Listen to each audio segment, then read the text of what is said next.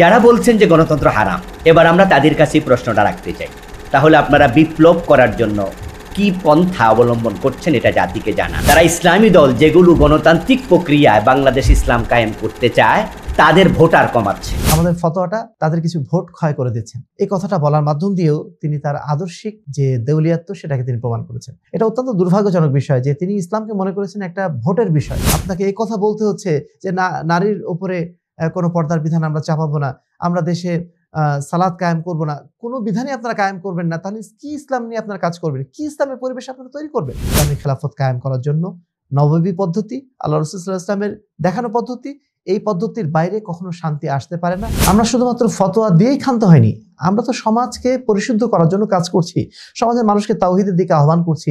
আহলে হাদিস আন্দোলন বাংলাদেশ, আসুন পবিত্র কুরআন ও সহিহ হাদিসের আলোকে জীবন গড়ি। বিসমিল্লাহ, আলহামদুলিল্লাহ, ওয়াসসালাতু ওয়াসসালামু আলা রাসূলিল্লাহ ওয়া আলা আলিহি ওয়া সাহবিহি ওয়া মান ওয়ালা। সম্মানিত দর্শক শ্রোতা মণ্ডলী, প্রশংসা আল্লাহ রাব্বুল আলামিনের জন্য, দরুদ ও সালাম বর্ষিত হোক শেষ নবী আহমদ মুস্তাফা মুহাম্মদ মুস্তাফা সাল্লাল্লাহু আলাইহি ওয়াসাল্লামের প্রতি। সম্প্রতি বাংলাদেশের একজন সুপরিচিত বিদ্বান ডক্টর আবুল কালাম আজাদ, যিনি বাংলাদেশে একজন সুপরিচিত আলেম এবং তিনি যথেষ্ট জ্ঞান রাখেন বলে আমরা বিশ্বাস করি, তার কাছ থেকে বেশ কিছু বক্তব্য এসেছে যেটা আমাদের কাছে অত্যন্ত আপত্তিকর মনে হয়েছে এবং যেটার বিষয়ে জনগণকে একটু ক্লারিফিকেশন করা বা জনগণের কাছে সঠিক মেসেজটা পৌঁছে দেওয়াটা আমরা আমাদের দায়িত্ব মনে করছি। প্রথম কথা হচ্ছে, এই সম্মানিত বক্তা তিনি বলেছেন যে বাংলাদেশে যারা ইসলামী খেলাফতের পক্ষে কথা বলছেন, যারা গণতন্ত্রের বিপক্ষে কথা বলছেন, তাদের সুনির্দিষ্ট কোনো কর্মপন্থা আছে কিনা, এ বিষয়ে তিনি প্রশ্ন তুলেছেন। তিনি আরো বলেছেন যে ইসলামী বিপ্লব যদি তারা চেয়ে থাকেন তাহলে তাদের সুনির্দিষ্ট কর্মপন্থা কোথায়। এ বিষয়ে আমাদের যেটা জবাব সেটি হচ্ছে, তিনি আসলে বিপ্লব বলতে যেটা বোঝাতে চেয়েছেন সেটা সম্ভবত রাজনৈতিক বিপ্লব অথবা সামরিক বিপ্লবকে বুঝিয়েছেন। মূলত ইসলামে বিপ্লবটা এই ধরনের নয়, ইসলামের বিপ্লবটা হচ্ছে আদর্শিক বিপ্লব। রাজনৈতিক বিপ্লব, সামরিক বিপ্লবের বিপরীতে আদর্শিক বিপ্লবের যে জায়গাটা, সেই জায়গাটাকে তিনি সম্পূর্ণ এড়িয়ে গেছেন এবং সেটাকে তিনি ধরার মধ্যে বলে মনে করেন নাই। ফলশ্রুতিতে তিনি এই বিভ্রান্তির মধ্যে নিমজ্জিত হয়েছেন বলে আমরা মনে করছি। আমরা মনে করি ইসলামের বিজয়টা, ইসলামের যে সামাজিক বিপ্লবের যে আদর্শটা, এটাই হচ্ছে আমাদের মৌলিক আদর্শ। রাজনৈতিক এবং সামরিক বিপ্লব ঘটানো এটা মূলত আমাদের উদ্দেশ্য নয়। একটা সমাজ যখন তাওহীদ এবং সুন্নাতের উপর গড়ে উঠবে, একটা সমাজ যখন একটা আদর্শের উপর গড়ে উঠবে, সেই আদর্শের মাধ্যম দিয়ে বিপ্লবটা হবে। এই বিপ্লব রাজনৈতিক ক্ষমতার মাধ্যম দিয়ে হতে পারে না। এই বিপ্লব শুধুমাত্র সামরিক বাহিনীর মাধ্যম দিয়ে বা অস্ত্রের মাধ্যম দিয়ে হবে, এই কথাটা আমরা বিশ্বাস করি না।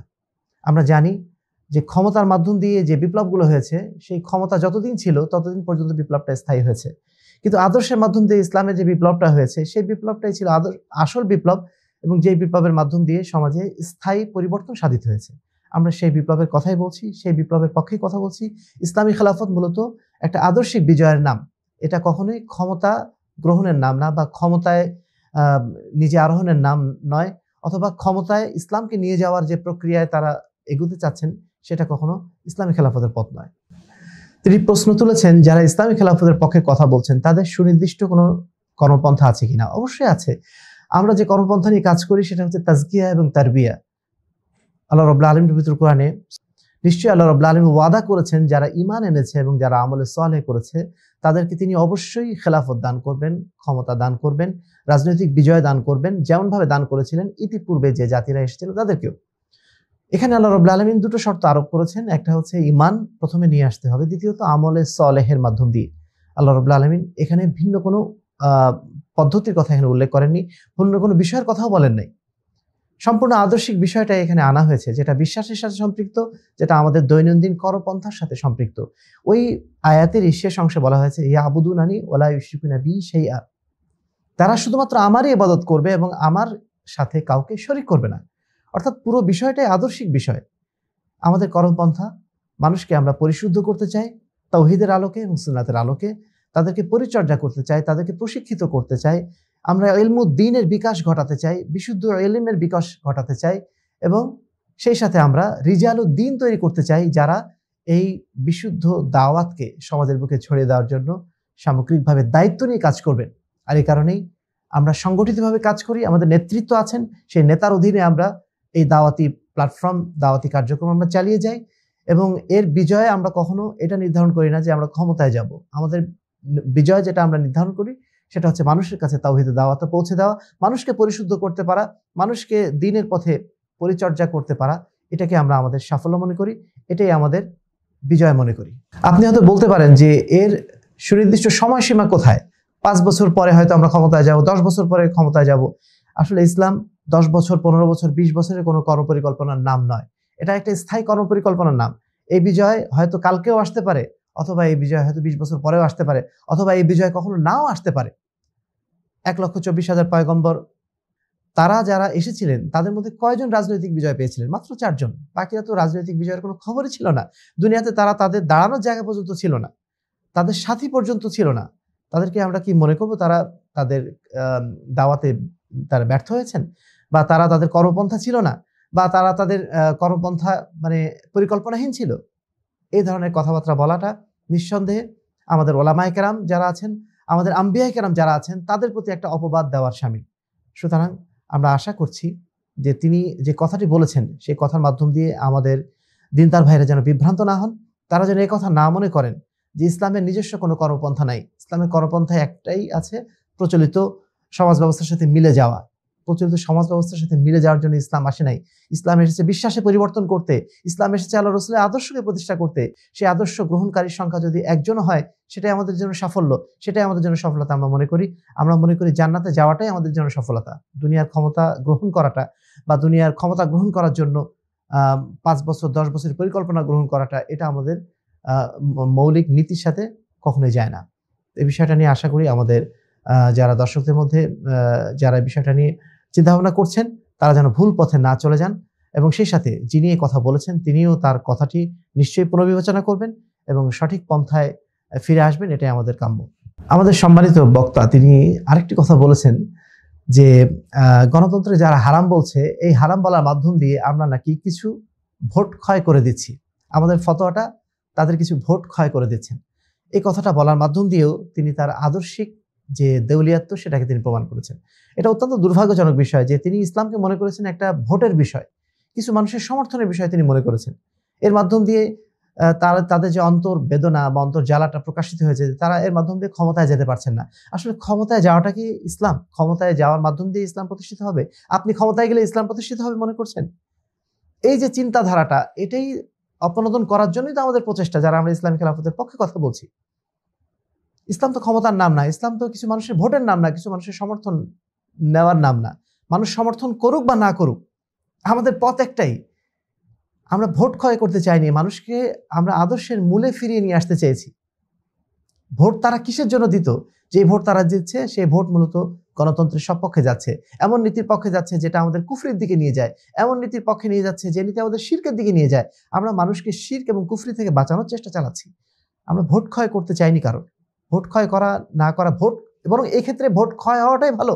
যেই ভোট কুফরির পক্ষে যায় সেই ভোট ক্ষয় হওয়াটাই তো আমাদের কাম্য, সেটাই তো আমাদের মানে চাওয়া। কোনো আপনারা ক্ষমতায় যান বা না যান সেটা আমাদের মূলত দেখার বিষয় না। আমরা যেটা দেখতে চাই, মানুষ যেন তার আদর্শের মূলে ফিরে আসে, তারা যেন কোনো অবস্থাতেই শিরক বেদাতের মধ্যে, তারা কুফরির মধ্যে যেন ডুবে না যায়। প্রচলিত গণতান্ত্রিক যে সিস্টেম, এই সিস্টেম আমাদেরকে সরাসরি কুফরির দিকে নিয়ে যায়, সরাসরি আমাদেরকে শিরকের দিকে নিয়ে যায়। এ বিষয়ে বিদ্বানদের স্পষ্ট বক্তব্য বিদ্যমান থাকতে আপনারা এটাকে শুধুমাত্র ভোট ক্ষয় বলে একটা সামান্য একটা জিনিসে পরিণত করে দিচ্ছেন। এই জায়গাটা দিয়ে যেটা প্রমাণ হচ্ছে যে ইমানের জায়গাটা আমরা অত্যন্ত দুর্বল করে দেখেছি, আমরা তাওহীদকে খুবই হালকা করে দেখছি। আর এই কারণে এই বিষয়টা আমাদের কাছে এত সহজ মনে হয়েছে, জাস্ট এটাকে ভোট ক্ষয় আমরা মনে করছি। মনে রাখতে হবে যে ইসলামের সংখ্যার কোনো গুরুত্ব নেই, ইসলামে আদর্শিক শুদ্ধতাই মূলত গুরুত্বপূর্ণ জিনিস। সংখ্যায় যত বেশি হোক না কেন, সেটা যদি কুফরির পক্ষে যায়, শিরকের পক্ষে যায়, সেই সংখ্যা কেবলমাত্র জাহান্নামীদের সংখ্যায় বাড়াবে। এর বিপরীতে যদি কিছু মানুষ অন্তত পক্ষে আদর্শিক শুদ্ধতার পক্ষে আসে, তাওহীদের পথে আসে, সুন্নাতের পথে আসে, সেটাই মূলত আমাদের সফলতা। ইসলামী খেলাফতে যারা আমরা দাবিদার, আমরা এই পথে মানুষকে আহ্বান করতে চাই। আমরা একটা সেকেন্ডও অন্যায়ের পথে মানুষ থাকুক এটা চাইবো না, আমরা নিজেরাও থাকি এটা আমরা চাইবো না। প্রতিটা মুহূর্ত যেন আমাদের কল্যাণের পথে পরিচালিত হয়। ইসলামী খেলাফতের এই আদর্শিক শুদ্ধতার পক্ষে যেন আমরা প্রতিটা মুহূর্তে কাজ করতে পারি, এটা আমাদের কাম্য। আমরা যে পরিবর্তন চাই, এই পরিবর্তন মূলত ভোটারের সংখ্যার পরিবর্তন না, আমরা পরিবর্তন চাই আদর্শের পরিবর্তন। এই বিষয়টি আমরা আপনাদেরকে বোঝানোর চেষ্টা করছি, এবং যিনি বলেছেন এই বিষয়টা, আমরা আশা করছি তিনি বিষয়টা আবারও পুনর্বিবেচনা করবেন এবং তার এই হালকা কথাটার মাধ্যম দিয়ে মানুষকে যে কুফরির পথে তিনি ঠেলে দিচ্ছেন, এই পন্থা যেন তিনি আর অবলম্বন না করেন, সেখান থেকে যেন তিনি ফিরে আসেন। আরেকটা কথা বলতে চাই, তিনি বলছেন যে ফতোয়া দিয়েই নাকি আমরা আমাদের কাজ সেরে ফেলেছি। না, আমরা শুধুমাত্র ফতোয়া দিয়েই ক্ষান্ত হয়নি, আমরা তো সমাজকে পরিশুদ্ধ করার জন্য কাজ করছি, সমাজের মানুষকে তাওহীদের দিকে আহ্বান করছি, মানুষকে আমরা শিরক থেকে বিরত থাকার জন্য আহ্বান জানাচ্ছি, আমরা তো সুন্নাতের পক্ষে মানুষকে ডাকছি, বেদাতের বিরুদ্ধে মানুষকে অবস্থান নেওয়ার জন্য দাঁড়াচ্ছি, আমরা তো ইসলামের বিশুদ্ধ রূপটা সমাজে প্রতিষ্ঠা করার জন্য কাজ করে যাচ্ছি। আমরা তো শুধুমাত্র ফতোয়া দিয়ে আমাদের দায়িত্ব শেষ করে দেইনি, আমরা তো তাজকিয়ার মাধ্যম দিয়ে সমাজ পরিশুদ্ধ করতে চাচ্ছি। এবং রিজালউদ্দিন, কিছু মানুষ যারা দিনের বুঝটা ধারণ করেন, তাদেরকে আমরা চাচ্ছি তারা সমাজের বুকে ছড়িয়ে পড়ুক, সমাজটাকে পরিবর্তনের জন্য সাধ্যমতো তারা ছড়িয়ে পড়ুক, দাওয়াত এবং জিহাদের কর্মসূচির মাধ্যম দিয়ে সমাজকে তারা পরিবর্তন করুক। এই পন্থায় তো আমরা মানুষকে ডাকছি এবং এই পন্থায় কিছু মানুষ আমরা তৈরি করে যাচ্ছি। সুতরাং শুধুমাত্র ফতোয়া দিয়ে আমরা আমাদের দায়িত্ব সেরে ফেলেছি এটা মনে করবেন না। আমাদের দাওয়াতের মাধ্যম দিয়ে কিছু যদি কারোর ভোট ক্ষয় হয়, হতে পারে, কিন্তু এর মাধ্যম দিয়ে যদি কিছু মানুষ তাওহীদের পথে চলে আসে, কিছু মানুষ যদি সুন্নাতের পথে চলে আসে, আল্লাহ রাসূলের আদর্শ প্রতিষ্ঠার জন্য তারা যদি সংগ্রামে অবতীর্ণ হয়, আমরা মনে করি এটাই ইসলামের চূড়ান্ত বিজয়ের পথ, এটাই ইসলামের খেলাফত সমাজে বাস্তবায়নের পথ।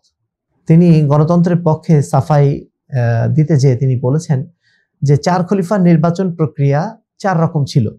এখান থেকে বোঝা যায় যে সমাজে চালু কোনো পদ্ধতি সেটা সহজেই গ্রহণ করা সম্ভব বা গ্রহণ করা যায়, ইসলামেতে কোনো বাধা নেই।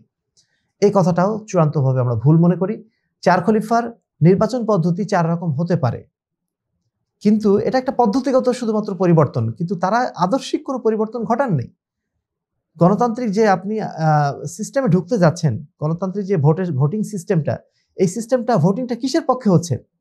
সেই ভোটিংটা হচ্ছে আপনার জনগণের সার্বভৌমত্বের পক্ষে। জনগণ সেখানে আইন রচনা করার পূর্ণাঙ্গ অধিকার পাচ্ছে, এর পক্ষে আপনি যে ভোটিং নিয়ে আসছেন, সেই ভোটিং কখনো খোলাফায়ে রাশিদিনের নির্বাচন পদ্ধতির মধ্যে সম্পৃক্ত ছিল না। খোলাফায়ে রাশিদিন তাদের নির্বাচন পদ্ধতিটা ছিল পরামর্শ ভিত্তিক, শুরা ভিত্তিক, যেখানে পরামর্শ গ্রহণ করা হতো। কিন্তু পরামর্শ গ্রহণ করার অর্থ এই না যে সেখানে আল্লাহর বিধান পরিবর্তন করার মতো ক্ষমতা কারো অর্জিত হতো। আল্লাহর বিধান পরিবর্তনের কোনো জায়গা সেখানে ছিল না, আল্লাহর বিধান আল্লাহর জায়গাতেই ছিল। পরামর্শ নেওয়া হয়েছিল কাকে নেতা নির্বাচন করলে সমাজের বেশি উপকার হবে, যেটাকে আমরা সিলেকশন বলছি। এবং সেটা সেটা করার জন্য এখন যেভাবে পপুলার ভোটিং করা হচ্ছে সেভাবে না, যেখানে আপনার মুসলিম অমুসলিম কোনো ভাগ করা হচ্ছে না, যেখানে কাফের নাস্তিক কোনো ভাগ করা হচ্ছে না, ভালো মন্দ ভাগ করা হচ্ছে না, সমাজের শিক্ষিত মানুষ অশিক্ষিত মানুষের মধ্যে কোনো ভাগাভাগি করা হচ্ছে না। এইটার নাম তো ইসলামের ওই নির্বাচন ব্যবস্থা না। ইসলামের নির্বাচন ব্যবস্থা, নির্বাচন কারা করেন? সেখানে নির্বাচক হচ্ছেন তারা যারা আহলুল হাল্লি ওয়াল আকদ, যারা সেই ধরনের যোগ্যতা সম্পন্ন মানুষ, যারা ধার্মিক মানুষ, মুত্তাকি মানুষ, যারা জানেন যে সমাজের জন্য উপকারী কারা হতে পারেন, এই ধরনের মানুষ তারা নির্বাচন করতেন। কাদের পরামর্শ নিতেন? সেই সমস্ত যোগ্য মানুষদের কাছে যারা সমাজের কারা প্রকৃত নেতা হতে পারে তারা জানেন বা তাদের সম্পর্কে জানেন, সেই ধরনের মুত্তাকি মানুষদেরকেই পরামর্শক হিসাবে রাখতেন, তাদের কাছ থেকে পরামর্শ নিতেন। ঢালাওভাবে সবার কাছে পরামর্শ নিতেন আমভাবে, শিক্ষিত অশিক্ষিত অথবা মুসলিম অমুসলিম, নাস্তিক আস্তিক, সব ভেদাভেদ ছাড়াই তারা পরামর্শ গ্রহণ করেছেন। এরকম কোনো নীতি আমরা দেখি নাই। সুতরাং খোলাফায়ে রাশিদিন নির্বাচন ব্যবস্থার সাথে গণতান্ত্রিক এই পপুলার ভোটিং সিস্টেমটাকে কখনোই দয়া করে মেলাবেন না, এর মাধ্যম দিয়ে মানুষকে ভুল পথে দয়া করে নিয়ে যাবেন না। সম্মানিত বক্তা আরো একটা কথা বলেছেন যেটা অত্যন্ত দুঃখজনক। তিনি বলছেন যে গণতন্ত্রকে আমরা মন্দের ভালো হিসাবে গ্রহণ করেছি। এটা আরেকটা বিভ্রান্তির পথ। মন্দের ভালো আবার কি? যার মধ্যে শিরক আছে, যার মধ্যে কুফরি আছে, শিরক এবং কুফরির মধ্যে মন্দের ভালো জিনিসটা কোথায় থাকতে পারে? আমাদের সংগ্রাম তো তাওহীদ প্রতিষ্ঠার সংগ্রাম। একজন মুসলিমের সবচেয়ে গুরুত্বপূর্ণ সম্পদ হচ্ছে তার ঈমান। যেখানে তার ঈমানই নষ্ট হয়ে যাচ্ছে, যার ঈমানের সাথে কুফরি ঢুকে যাচ্ছে, যার ঈমানের সাথে শিরক ঢুকে যাচ্ছে, সেইখানে আপনি মন্দের ভালো প্রশ্নটা কিভাবে নিয়ে আসতে পারেন? এটা একেবারেই চরম বিভ্রান্তিকর এবং এর মাধ্যম দিয়ে বহু মানুষের ঈমান হরণ করা একটা আয়োজন করা হচ্ছে। এই সামান্য কথার মধ্য দিয়ে বহু মানুষ বিভ্রান্তির পথে চলে যাবে। এটা যে আপনারা কেন ভাবছেন না, এটা আমরা বুঝতে পারি না। একজন মুমিনের কাছে ঈমানটা এত কেন সস্তা হয়ে যাচ্ছে? ইমানের জন্যই তো আমরা মুসলমান, ইমানের জন্যই তো আমরা মুমিন, ইমানের জন্যই তো আমরা ইসলামী রাজনীতির কথা বলছি, ইমানের জন্যই তো আমরা আল্লাহর আইনের কথা বলছি। আবার সেই ইমানের সাথে আমরা শিরকের সাথে আপোষ করার কথা বলছি, কুফরির সাথে আপোষ করার কথা বলছি। তাহলে এই ইমানের মূল্যটা থাকলো কোথায়? ইমানটা যদি নাই থাকে, আমি রাজনীতি করে আমার লাভটা কি? ইসলামের কথা বলে আমার লাভটা কি? আল্লাহর আইনের কথা বলেই বা লাভটা কি? এই বিষয়টি নিয়ে আমাদেরকে অবশ্যই সতর্ক থাকতে হবে। মন্দের ভালো, এটা শয়তানি একটা ওয়াসওয়াসা, শয়তানি একটা ফাঁদ। এই ফাঁদে যেন আমরা পা না দিই। আল্লাহ রাসূল সাল্লাল্লাহু আলাইহি ওয়াসাল্লাম যখন তিনি মদিনায় গিয়েছেন, তিনি আউস এবং খাজরাজ গোত্র যারা আপনার ইহুদি, তাদের সাথে তিনি রাজনৈতিক আপোষ বা সামাজিক আপোষ যেটা করেছিলেন, সেটা ইসলামের জন্য সেটা ব্যয়িত হবে এই জন্যই। কুফরির সাথে তিনি আপোষ করেছিলেন বিষয়টা এমন না, বরং কুফরি শক্তির বিরুদ্ধে লড়াই করার জন্য এটা ছিল সাময়িক কৌশলগত আপোষ। এটা ছিল শিরকের বিরুদ্ধে, কুফরের বিরুদ্ধে লড়াইয়ের সহযোগিতার নেওয়ার জন্য তিনি করেছিলেন। তিনি কখনোই শিরকের সাথে আপোষ করেননি, কুফরির সাথে কোনো অবস্থাতে আপোষ করেননি। হুদায়বিয়ার সন্ধির কথা বলা হয়, হুদায়বিয়ার সন্ধিতেও তিনি একটা মুহূর্তের জন্য কুফরি বা শিরকের সাথে আপোষ করেননি। তিনি সাধারণ শুধুমাত্র একটা কৌশলগত একটা অবস্থান গ্রহণ করেছিলেন, যার মাধ্যম দিয়ে পরবর্তীতে ইসলামের বিজয় সাধিত হয়েছিল। ইসলামের বিজয় সাধন করাটাই তাদের মৌলিক উদ্দেশ্য ছিল। কোনো অবস্থায় তারা শিরকের মধ্যে নিজেরা ডুবে যাননি এবং ডোবার কোনো সুযোগও রাখেননি। তিনি বলেছেন যে গণতান্ত্রিক নির্বাচনের মাধ্যম দিয়ে ক্ষমতায় যে আমরা পরিবেশ তৈরি করব। আসলে পরিবেশটা কি? পরিবেশ তো এটাই যে আপনি তাওহীদ এবং সুন্নাতের পরিবেশটা সমাজে গড়ে তুলবেন। মানুষ যখন তাওহীদ গ্রহণ করবে, মানুষ যখন সুন্নাত গ্রহণ করবে, মানুষ যখন দ্বীনের পথে পরিচালিত হবে, পরিবেশটা তখনই তো তৈরি হবে। শুধুমাত্র ভোটার বৃদ্ধি করাই কি পরিবেশ তৈরি করা? একটা দলের পক্ষে কিছু সমর্থন জোগাড় করাটাই কি পরিবেশ তৈরি করা? পরিবেশ তৈরি করা তো মানুষকে ইসলামের পথে নিয়ে আসা, ইসলামের পথে পরিচালিত করা, এটার নামই পরিবেশ। ভোট বৃদ্ধি করা বা ভোটের মাধ্যম দিয়ে ক্ষমতায় যাওয়া, এটাকে পরিবেশ তৈরি করা কখনোই বলে না। এবং ক্ষমতায় যে আপনি যে পরিবেশ তৈরি করবেন বলছেন, এই পরিবেশটা তো আপনি এখনই তৈরি করতে পারেন। আর ক্ষমতায় যে আপনি তৈরি করবেন, এটাও তো কখনো সম্ভব না। ক্ষমতায় যে আপনি পরিবেশ যে তৈরি করতে পারবেন না, তার সবচেয়ে বড় বাস্তবতা তো এখনই। আপনারা এখনই যে পদক্ষেপগুলো নিয়েছেন, এর মাধ্যম দিয়ে আপনাদেরকে কত জায়গায় আপোষ করতে হয়েছে, আপনাদেরকে পূজা মণ্ডপে যেতে হচ্ছে, আপনাদেরকে সেখানে ভিন্ন আকীদার বা ভিন্ন ধর্মের মানুষের সাথে এমনভাবে কথা বলতে হচ্ছে যেন সেটাও একটা ধর্ম, একটা গ্রহণযোগ্য ধর্ম, এটাও একটা গ্রহণযোগ্য ধর্ম। ইসলাম এবং অন্যান্য ধর্মকে আপনি একাকার করে ফেলছেন, সেই সাথে অন্যান্য বিষয়গুলোর সাথে আপনি আপোষ করে ফেলছেন। আপনি বলছেন যে না, আমরা শরিয়া কায়েম করতে চাই না। আপনাকে এই কথা বলতে হচ্ছে যে না, নারীর উপরে কোনো পর্দার বিধান আমরা চাপাবো না, আমরা দেশে সালাত কায়েম করব না, কোনো বিধানই আপনারা কায়েম করবেন না। তাহলে কি ইসলাম নিয়ে আপনারা কাজ করবেন? কি ইসলামের পরিবেশ আপনারা তৈরি করবেন? এটা সম্পূর্ণ একটা ভ্রান্ত পন্থা, যে পন্থার মাধ্যম দিয়ে গণতন্ত্র যুগে যুগে ধোঁকা দিয়ে এসেছে। জনগণকে 5 মিনিটের ভোটের নামে 5 বছরের তাদের অধিকার কেড়ে নেওয়ার এই যে ধোঁকা দেওয়া সিস্টেম গণতন্ত্র নিয়ে এসেছে, এই ধোঁকার মধ্যে আমরা নিজেরাও এই কথার মাধ্যম দিয়ে হাবুডুবু খাওয়া শুরু করেছি। সবচেয়ে ভয়াবহ যে বিষয়টি, আমরা দিন থেকে বিচ্যুত হচ্ছি। আমরা দিন থেকে বিচ্যুত হচ্ছি, এটাই হচ্ছে আমাদের চূড়ান্ত পরিণতি এই গণতন্ত্রের মাধ্যম দিয়ে। সুতরাং পরিবেশ তৈরি করার এই ধোঁকায় আমরা যেন আমরা না পড়ি। পরিবেশ তৈরি করা আমাদের প্রতিটা মুহূর্তের কাজ। আল্লাহ রাব্বুল আলামিন পবিত্র কোরআনে বলছেন, কুনতুম খায়রা উম্মাতিন উখরিজাত লিন-নাসি তা'মুরুনা বিল মা'রুফ ওয়া তানহাউনা আনিল মুনকার। তোমরাই সর্বোত্তম জাতি, যাদেরকে পৃথিবীতে এজন্য উত্থান ঘটানো হয়েছে যে তোমরা মানুষকে সৎ কাজের দিকে আহ্বান জানাবে, অসৎ কাজ থেকে নিষেধ করবে। পরিবেশ তৈরি করার জন্য দ্বিতীয় কোনো পন্থার প্রয়োজন নেই। পরিবেশ তৈরি করার জন্য আল্লাহ রাব্বুল আলামিন কখনো ক্ষমতাকে শর্ত করে দেননি। আপনি এখনই পরিবেশ তৈরি করেন, মানুষকে তাওহীদের পথে ডাকেন, মানুষকে শিরকের বিরুদ্ধে সচেতন করার চেষ্টা করেন। এটাই তো পরিবেশ তৈরি করা। এই পরিবেশ তৈরি হতে হতে একটা সময় আল্লাহ রাব্বুল আলামিন যখন পরিবেশটা তৈরি করে দেবেন, যখন আল্লাহ রাব্বুল আলামিন সেই সময়টা তৈরি করে দেবেন, তখন অটোমেটিক্যালি ক্ষমতা আপনার কাছে চলে আসবে। ক্ষমতা আল্লাহ রাব্বুল আলামিনের পক্ষ থেকে একটা দেওয়া দায়িত্বের নাম। এই দায়িত্ব যখন আসবে, এই দায়িত্ব তখন আমাদের পালন করতে হবে। সেজন্য সেই পরিবেশ তৈরি করা, সমাজটাকে তৈরি করা, এটাই হচ্ছে আমাদের মূল কাজ এবং সেই কাজটা আমরা করে যাচ্ছি। এটাই আমাদের কর্মপন্থা এবং এই কর্মপন্থা আমরা র্যান্ডমলি করে যাচ্ছি, যার যার ইচ্ছা মতো করে যাচ্ছি, বিষয়টা এমন না। আমরা একটা সাংগঠনিক নেতৃত্বের অধীনে, একজন নেতার অধীনে আমরা দায়বদ্ধতার সাথে, আমরা আনুগত্যের সাথে আমরা সমাজটাকে পরিবর্তন করার জন্য ধাপে ধাপে এগিয়ে যাওয়ার চেষ্টা করে যাচ্ছি এবং এটাই আমরা মনে করি ইসলামী খেলাফত কায়েম করার জন্য নববী পদ্ধতি, আল্লাহ রাসূল সাল্লাল্লাহু আলাইহি ওয়াসাল্লামের দেখানো পদ্ধতি। এই পদ্ধতির বাইরে কখনো শান্তি আসতে পারে না। এই পদ্ধতির বাইরে অন্য কোনো পন্থার মাধ্যম দিয়ে কখনো খেলাফতে আসতে পারে না। কেননা আল্লাহ রাসূল সাল্লাল্লাহু আলাইহি ওয়াসাল্লাম বলেই দিয়েছেন, শেষ জামানায় খেলাফত যেটা আসবে, সেই খেলাফত হচ্ছে আল খেলাফা আলা মিনহাজি নবুয়া, আল্লাহ রাসূল সাল্লাল্লাহু আলাইহি ওয়াসাল্লামের তরিকায়, নবীদের তরিকায় আসবে, গণতন্ত্রের তরিকায় না, জাতীয়তাবাদের তরিকায় না, পশ্চিমাদের শেখানো কোনো তন্ত্র মন্ত্রের মাধ্যম দিয়ে না। একটাই পন্থা, সেই পন্থা হচ্ছে মিনহাজুন নবুয়া, আল্লাহ রাসূল সাল্লাল্লাহু আলাইহি ওয়াসাল্লামের দেখানো পদ্ধতি, মা আনা আলাইহি ওয়া আসহাবি, আমি এবং আমার সাহাবায়ে কেরাম যে পথে ছিলাম সেই পন্থাটাই হচ্ছে আদর্শ পন্থা।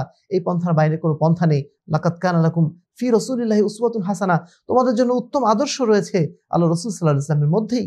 আল্লাহ রাব্বুল আলামিন আমাদেরকে স্পষ্ট ভাষায় বলে দিয়েছেন, ফামান ইয়াকফুর বিত-তাগুত ওয়া ইউমিন বিল্লাহ ফাকাদ ইসতামসাকা বিল উরওয়াতিল বুসকা, যে ব্যক্তি তাগুতকে অস্বীকার করবে, আল্লাহ রাব্বুল আলামিনের বিধানের বাইরে অন্য যাদের আনুগত্য করা হয় সেই বিধানকে যারা পরিত্যাগ করবে, ওয়া ইউমিন বিল্লাহ, এবং যারা আল্লাহর প্রতি, আল্লাহর বিধানের প্রতি বিশ্বাস স্থাপন করবে, ফাকাদ ইসতামসাকা বিল উরওয়াতিল বুসকা, সেই যেন একটা দৃঢ় রশি ধারণ করলো, সেই যেন শক্ত পন্থা অবলম্বন করলো, সেই আসলে সঠিক পন্থা অবলম্বন করলো। আমরা তো সেই পন্থার দিকেই মানুষকে আহ্বান জানাচ্ছি, এবং এটাকে আমরা ইসলামী খেলাফত বাস্তবায়নের পথ মনে করি। কোনো অবস্থাতেই আপোষকামিতার পথ ইসলামের পথ নয়। ইসলাম কখনো আপোষকামিতার মাধ্যম দিয়ে বাস্তবায়ন হবে না। আপোষকামিতার মাধ্যম দিয়ে ইসলামকে শুধু হারাতেই হবে, ইসলামকে খুঁজে পাওয়া যাবে না। পবিত্র কোরআন আল্লাহ রাব্বুল আলামিন কত জায়গায় বারবার আমাদেরকে সেই ইস্তিকামতের কথা বলেছে। আল্লাহ রাব্বুল আলামিন বলছেন, ইন্নাল্লাযীনা ক্বালু রাব্বুনাল্লাহ সুম্মা ইসতাকামু তাতানাজ্জালু আলাইহিমুল মালায়েকা, নিশ্চয়ই যারা বলেছে আমাদের রব হচ্ছেন আল্লাহ রাব্বুল আলামিন এবং সেই পথে তারা সুদৃঢ় থেকেছে। ইসলাম আমাদের বারবার সুদৃঢ় থাকার কথা বলে, আদর্শের উপরে, নীতির উপরে। ইসলাম কখনো আপোষকামিতার কথা আমাদের শেখায়নি। ইসলাম আমাদের কখনো আপোষকামিতার কথা বলে না। ইসলাম কখনো সংখ্যাগরিষ্ঠতার কথা বলে না। ইসলাম কখনো সামাজিক রেওয়াজের সাথে মিলে চলার কথা বলে না। ইসলাম সর্বদা আমাদের তাওহীদের পথে আহ্বান জানায়। ইসলাম সর্বদা আল্লাহ রাব্বুল আলামিনের একক উবুদিয়তের পথে আমাদেরকে আহ্বান জানায়। শুধুমাত্র আল্লাহর বিধানের কাছে দাসত্বের কথা বলে। আল্লাহ রাব্বুল আলামিন বলেই দিয়েছেন, ওয়া মান ইয়াবতাগি গায়রাল ইসলামি দীনান ফালা ইউকবালা মিনহু, যে ব্যক্তি ইসলাম বাদ দিয়ে অন্য কিছু, অন্য কোনো মতাদর্শকে কামনা করে, সেটা কোনো অবস্থাতেই কবুল করা হবে না। অতএব প্রিয় ভাতৃমণ্ডলী, প্রিয় শ্রোতা মণ্ডলী, যারা আজকে আমাদেরকে শুনছেন, তাদের সবার প্রতি আমাদের আহ্বান এটাই থাকবে যে আসুন আমরা আল্লাহ রাব্বুল আলামিনের দ্বীনের পথে ফিরে আসি। যেই পন্থায় ফিরে আসার মাধ্যম দিয়ে আমরা নিজেরা দুনিয়াতে কল্যাণ লাভ করব এবং আখিরাতে মুক্তি লাভ করব, সেই পন্থাটাই সবচেয়ে আদর্শ পন্থা। এই পন্থার মাধ্যম দিয়ে আমরা সর্বোচ্চ কল্যাণ পেতে পারি। এই পন্থার মাধ্যম দিয়ে এই দুনিয়াতে প্রকৃত শান্তি আসতে পারে। এই পন্থার মাধ্যম দিয়ে ইসলামী খেলাফত কায়েম হতে পারে। প্রচলিত যত তন্ত্রমন্ত্র আছে, সে সমস্ত তন্ত্রমন্ত্রকে পরিত্যাগ করার মধ্যেই আমাদের প্রকৃত সফলতা নিহিত রয়েছে। তাজকিয়া এবং তারবিয়ার মাধ্যম দিয়ে, রিজালুদ্দিন তৈরি করার মাধ্যম দিয়ে যে পন্থা অবলম্বন করেছিলেন আম্বিয়া কেরাম, সেই পন্থার মাধ্যম দিয়ে আমরা প্রকৃত সফলতা পেতে পারি। এর বাইরে দ্বিতীয় কোনো সফলতার পথ আছে বলে আমাদের জানা নেই। আল্লাহ রাব্বুল আলামিন আমাদের প্রত্যেককেই দ্বীনে হকের উপরে কায়েম এবং দায়েম থাকা তৌফিক দান করুন, এবং প্রচলিত যাবতীয় শয়তানি পথ এবং পন্থা থেকে আল্লাহ রাব্বুল আলামিন আমাদের সকলকে হেফাজত করুন। যাবতীয় ধোঁকা থেকে আল্লাহ রাব্বুল আলামিন আমাদেরকে হেফাজত করুন। যাবতীয় প্রতারণা থেকে আল্লাহ রাব্বুল আলামিন আমাদেরকে হেফাজত করুন। কোনো অবস্থাতেই যেন আমরা বাতিলের সাথে আপোষকামিতার মাধ্যম দিয়ে আমাদের ঈমানকে হারানোর আয়োজন না করি। আল্লাহ রাব্বুল আলামিন আমাদের সকলকে নিজেদের ঈমানকে হেফাজত করার তৌফিক দান করুন। আল্লাহুম্মা আমিন। ওয়া আখিরু দাওয়ানা আলহামদুলিল্লাহি রাব্বিল আলামিন। আসসালামু আলাইকুম ওয়া রাহমাতুল্লাহি ওয়া বারাকাতুহু।